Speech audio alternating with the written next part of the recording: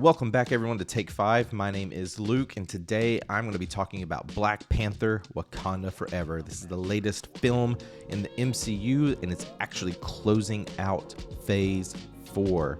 So if you're new here, welcome to the channel. I love talking about movies, everything from new releases to some of my favorites, and even Arkansas-based films, which is where I'm from.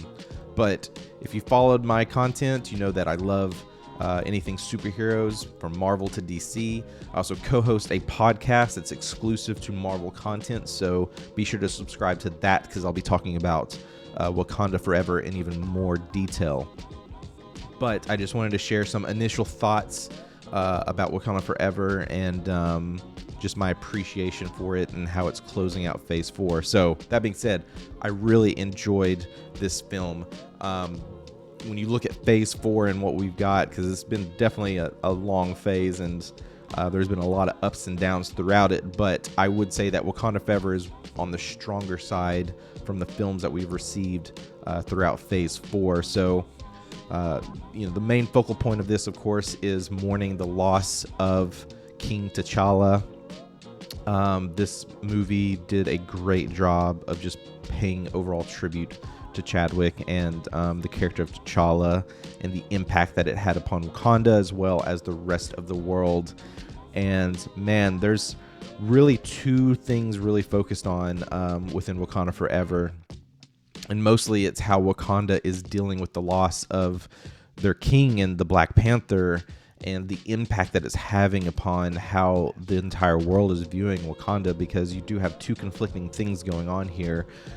Primarily through the government as well as this new nation that is being introduced, which is through our new villain, hero, anti-hero, like however you want to view this, which is Namor and the Talokan. I thought seeing this new nation, this underwater nation, was just incredible. The moments that you get to see this is really beautiful, and Namor is pretty savage. Definitely nervous going into this on what they'll do with the character, but I really enjoy it. Pretty cool being able to see this new Marvel-based character who can do anything from under the water to even fly in the air, and utilizing the powers of vibranium is just like really awesome. So vibranium is a big point within Wakanda Forever.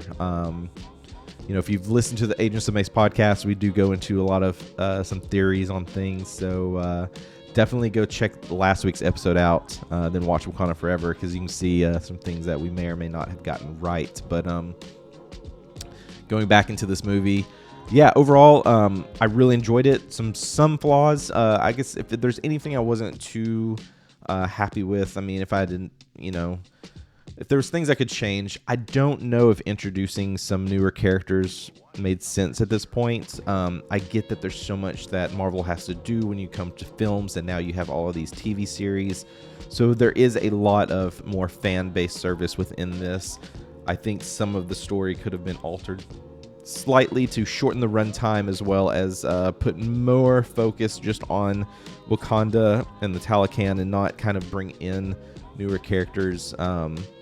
It's fun to see them, but I don't know if it was absolutely necessary. But I get it. I get you'll get what they're doing. You know that they have these series and they're playing hand in hand together. So, it's kind of a take it or leave it thing. I think I would have been fine removing some of the newer characters, shortening that runtime, and just focusing upon Shuri and Namor and what's going on between these two nations.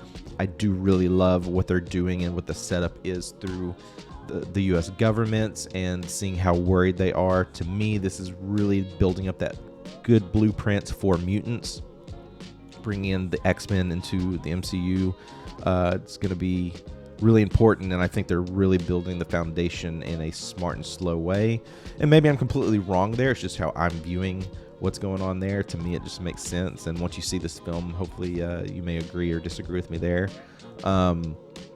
But yeah, overall, like, really enjoyed it. The fight scenes are awesome. A couple, CGI things that could have been improved upon.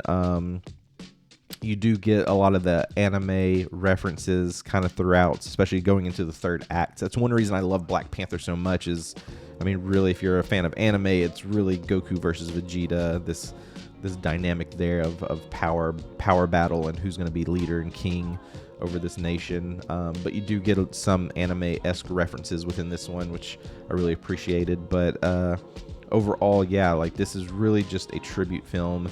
It's very well done. There is a mid-credit scene I thought was a very lovely way to close out Phase 4. And yeah, so Phase 4 is more or less done. The only thing we have left for this year is the holiday special coming up, the Guardians of the Galaxy holiday special that is going to be premiering on Disney+. So I'm excited to see that and talk about that. But Wakanda Forever, I can't wait to see it again. This is definitely one I will revisit more than once. It's really great to see. Namor is awesome. Really enjoyed the music. I mean, it is an emotional film, so, you know, even Black Panther is an emotional film. It's tough. I watched that before seeing this one. That was an emotional watch, but it's a character I'm a big fan of, and I can't wait to see more Black Panther in the future of MCU. So did you see this? What did you think? Let me know. Where does this rank within your Phase 4? Where does this rank in your overall MCU ranking if you do that?